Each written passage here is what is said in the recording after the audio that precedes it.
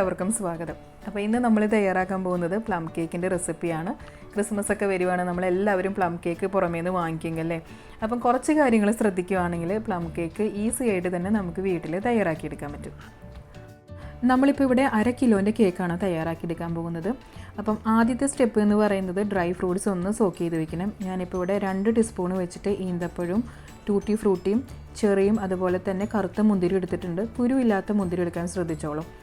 എന്നിട്ട് ഇതിലോട്ട് നമ്മൾ ഓറഞ്ച് ജ്യൂസിലാണ് ഇതൊന്ന് സോക്ക് ചെയ്ത് വെക്കുന്നത്. 3 ടേബിൾ ടീസ്പൂൺ ഓറഞ്ച് ജ്യൂസ് ചേർത്ത് കൊടുക്കുന്നുണ്ട്. അതായത് നമ്മുടെ ഫ്രൂട്ട്സ് ഒന്ന് മുങ്ങിക്കിടക്കുന്ന രീതിയിൽ മാത്രം ചേർത്ത് കൊടുത്താൽ മതി. ഒരുപാട് ജ്യൂസ് ചേർത്ത് കൊടുത്താൽ പിന്നീട് നമ്മൾ അരിച്ച് മാറ്റുമ്പോൾ അത് വേസ്റ്റായിട്ട് മാറും. അപ്പം അതുകൊണ്ട് കറക്റ്റ് ജ്യൂസ് ഒഴിച്ച് കൊടുത്തിട്ട് 1 മണിക്കൂർ നമുക്കിതൊന്ന് സോക്ക് ചെയ്യാനായിട്ട് മാറ്റി വയ്ക്കാം. ഇനി നമുക്ക് കാരമലൈസ് ചെയ്തെടുക്കണം ഷുഗർ. അതിനായിട്ട് ഞാനിപ്പോൾ ഇവിടെ 1/4 കപ്പ് ഷുഗർ ഇതുപോലെ ഒരു പാനിലോട്ട് ഇട്ട് കൊടുത്തിട്ടുണ്ട്. ആദ്യം നമ്മൾ ഹൈ ഫ്ലെയിമിൽ വെച്ചിട്ട് ഷുഗറൊക്കെ ഒന്ന് മെൽട്ടായി വരുമ്പോൾ ഫ്ലെയിം ഒന്ന് കുറച്ച് കൊണ്ടുവരാം. അതല്ലെങ്കിൽ പെട്ടെന്ന് തന്നെ ഷുഗർ കരിഞ്ഞു പോകും. ഷുഗർ കരിഞ്ഞു പോയി കഴിഞ്ഞാൽ നമ്മുടെ കേക്കിൻ്റെ ടേസ്റ്റ് എല്ലാം മാറിപ്പോകും കേട്ടോ. ഇപ്പോൾ ഷുഗറെല്ലാം നന്നായി മെൽട്ടായിട്ടുണ്ട്, അതായത് ഒരു കോഫി കളറായിട്ടുണ്ട്. ഇനി നമ്മൾ ഇതിലോട്ട് ചൂടുവെള്ളം ചേർത്ത് കൊടുക്കണം. ഞാനിപ്പോൾ 1/4 കപ്പ് പഞ്ചസാരയ്ക്ക് 1/2 കപ്പ് ചൂടുവെള്ളമാണ് ചേർത്ത് കൊടുക്കുന്നത്. ചൂടുവെള്ളം ചേർത്ത് കൊടുക്കുമ്പോൾ നമ്മൾ ശ്രദ്ധിക്കണം, മേലോട്ടൊക്കെ തെറിക്കാൻ ചാൻസ് ഉണ്ട്. അപ്പം കുറച്ച് നീങ്ങി നിന്നിട്ട് ഒഴിച്ചു കൊടുക്കാൻ പാടുള്ളൂ കേട്ടോ. ചൂടുവെള്ളം ചേർത്ത് കൊടുക്കുമ്പോൾ നമ്മുടെ പഞ്ചസാരയ്ക്ക് ഒന്ന് കട്ട പിടിച്ച പോലെ ഇരിക്കും. പക്ഷേ കുറച്ച് നേരം നമ്മളൊന്ന് തിളപ്പിച്ചതിന് ശേഷം പഞ്ചസാരയെല്ലാം നന്നായിട്ട് ഉരുകി അതിനോട് ചേർന്നിട്ടുണ്ടാവും. ഇതുപോലെ ഒന്ന് പതഞ്ഞ് വരുന്ന ഒരു പരുവുണ്ടല്ലോ, ആ ഒരു പരുവത്തിൽ നമ്മൾ ഫ്ലെയിം അങ്ങ് ഓഫ് ചെയ്ത് വയ്ക്കാം.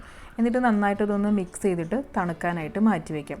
അപ്പം നമ്മുടെ കേക്കിൻ്റെ കളറ് നമ്മൾ തീരുമാനിക്കുന്നത് ഈ ഒരു മിക്സിനനുസരിച്ചിട്ടാണ് കേട്ടോ. ഇനി ഒരു മിക്സിയുടെ ജാറിലോട്ട് 1/2 കപ്പ് പഞ്ചസാര ചേർത്ത് കൊടുക്കുന്നുണ്ട്. അതിനുശേഷം നമ്മൾ ഇതിലോട്ട് 2 ഏലക്കായ, 2 കരയാമ്പൂ, ഒരു ചെറിയ കഷ്ണം കറുകപ്പട്ട, പിന്നെ നമ്മൾ ജാതിക്കായുടെ കുരു ഉണ്ടല്ലോ അതിൻ്റെ ഒരു ചെറിയ പീസ് ചേർത്ത് കൊടുക്കുന്നുണ്ട്. നമ്മുടെ പ്ലം കേക്കിന് ഒരു മസാല ഫ്ലേവർ ഉണ്ട്, അതിന് വേണ്ടിയിട്ടാണ്. അപ്പം നിങ്ങളുടെ കയ്യിൽ സെപ്പറേറ്റ് ആയിട്ട് ഇതിൻ്റെ പൊടികളുണ്ടെങ്കിൽ 1/4 ടീസ്പൂണിന് താഴെ ചേർത്ത് കൊടുത്താൽ മതി. പഞ്ചസാര ഒന്ന് പൊടിച്ചതിന് ശേഷം ഞാനൊന്ന് അരിച്ചെടുക്കുന്നുണ്ട്. നമ്മൾ ചേർത്തിട്ടുള്ള സ്പൈസസിൻ്റെ എന്തെങ്കിലും പൊടിയാതെയൊക്കെ ഉണ്ടെങ്കിൽ തന്നെ അതൊന്ന് മാറ്റിയെടുക്കാനാണ് കേട്ടോ.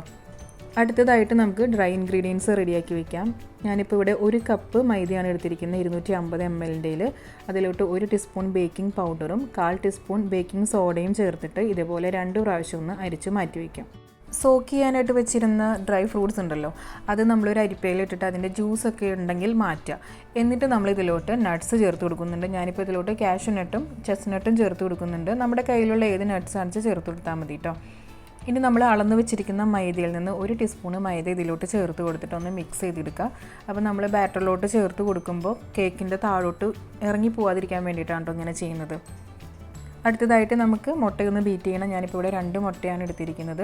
നമ്മൾ ഈ മുട്ടയൊക്കെ ബീറ്റ് ചെയ്യുന്നതിനേക്കാളും മുമ്പായിട്ട് 2 കാര്യങ്ങൾ ചെയ്യണം. നമ്മൾ ഓവനിലാണ് ബേക്ക് ചെയ്യണമെങ്കിൽ ഓവൻ പ്രീ ഹീറ്റ് ചെയ്യണം. അതല്ല ഗ്യാസ് സ്റ്റോപ്പിലാണെങ്കിൽ നമ്മൾ ഗ്യാസ് സ്റ്റോപ്പ് ഒന്ന് നമ്മൾ ഏത് പാത്രമാണോ ഉപയോഗിക്കുന്നത് വെച്ചാൽ അത് ചൂടാക്കാൻ വെക്കണം. അതുപോലെ തന്നെ ബേക്കിംഗ് ട്രേയും റെഡിയാക്കി വെക്കണം. ഇതിലോട്ട് പഞ്ചസാര ചേർത്ത് കൊടുത്തിട്ട് നമുക്കിത് നന്നായിട്ടൊന്ന് മിക്സ് ചെയ്തെടുക്കാം. ഇപ്പോൾ നമ്മൾ സാധാരണ സ്പോഞ്ച് കേക്ക് ഉണ്ടാക്കുമ്പോൾ നന്നായിട്ട് ബീറ്റ് ചെയ്ത് നല്ല ഫ്ലഫി ആയിട്ട് വരുന്ന രീതിയിലോട്ട് നമ്മൾ ചെയ്യാറുണ്ട്. അപ്പോൾ ഈ കേക്കിന് അതിൻ്റെ ആവശ്യമൊന്നുമില്ല കേട്ടോ.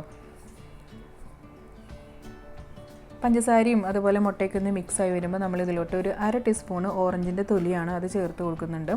അതുപോലെ തന്നെ 1/4 കപ്പ് ബട്ടർ ചേർത്ത് കൊടുക്കുന്നുണ്ട്, 125 ml കേട്ടോ. 1 ടീസ്പൂണ് വാനില എസൻസ് ചേർത്ത് കൊടുക്കുക. അതുപോലെ നമ്മൾ കാരമലൈസ് ചെയ്ത് വെച്ചിരിക്കുന്ന ഷുഗർ ഉണ്ടല്ലോ അത് ഇതിലോട്ട് ചേർത്ത് കൊടുക്കണം. എന്നിട്ടിത് നന്നായിട്ടൊന്ന് മിക്സ് ചെയ്തെടുക്കണം. അതിനുശേഷം നമ്മൾ ഡ്രൈ ഇൻഗ്രീഡിയൻസ് ചേർത്ത് കൊടുക്കാം. മൈദ കുറച്ചായിട്ട് ചേർത്ത് കൊടുത്തിട്ട് നന്നായിട്ടൊന്ന് ഫോൾഡ് ചെയ്തെടുക്കാം.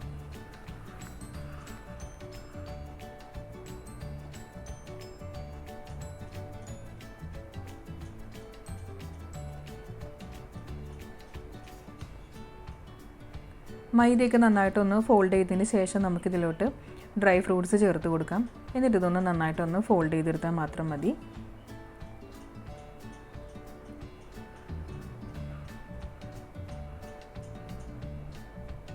നമ്മൾ നേരത്തെ ഡ്രൈ ഫ്രൂട്ട്സ് സോക്ക് ചെയ്യാനായിട്ട് ഓറഞ്ച് ജ്യൂസ് ചേർത്തിരുന്നല്ലോ, അപ്പം അതിൽ നിന്ന് ഉള്ള ബാക്കിയുള്ള ജ്യൂസാണ് കേട്ടോ. ഏകദേശം ഒരു 1/2 ടീസ്പൂൺ മാത്രമേ ഉള്ളൂ. അപ്പോൾ അതും കൂടി ഒന്ന് ചേർത്ത് കൊടുത്താൽ നല്ലൊരു ഫ്ലേവറാണ് കേട്ടോ. ഇനി നമുക്കിത് ബേക്കിംഗ് ട്രേയിലോട്ട് ഒഴിച്ച് കൊടുക്കാം. ഞാനിപ്പോൾ ഇവിടെ 6 ഇഞ്ചിൻ്റെ ചെറിയൊരു ബേക്കിംഗ് ട്രേ ആണ് കേട്ടോ അതെടുത്തിരിക്കുന്നത്. അതിലോട്ട് ഒഴിച്ച് കൊടുക്കുക. അതിനുശേഷം നമ്മൾ ഇതിലോട്ടൊന്ന് ഗാർണിഷ് ചെയ്യാനായിട്ട് കുറച്ച് കാഷ്യൂ നട്ടും മുന്തിരിയും വെച്ച് കൊടുക്കുന്നുണ്ട്. എന്നിട്ട് നമുക്കിതൊന്ന് ബേക്ക് ചെയ്തെടുക്കാം.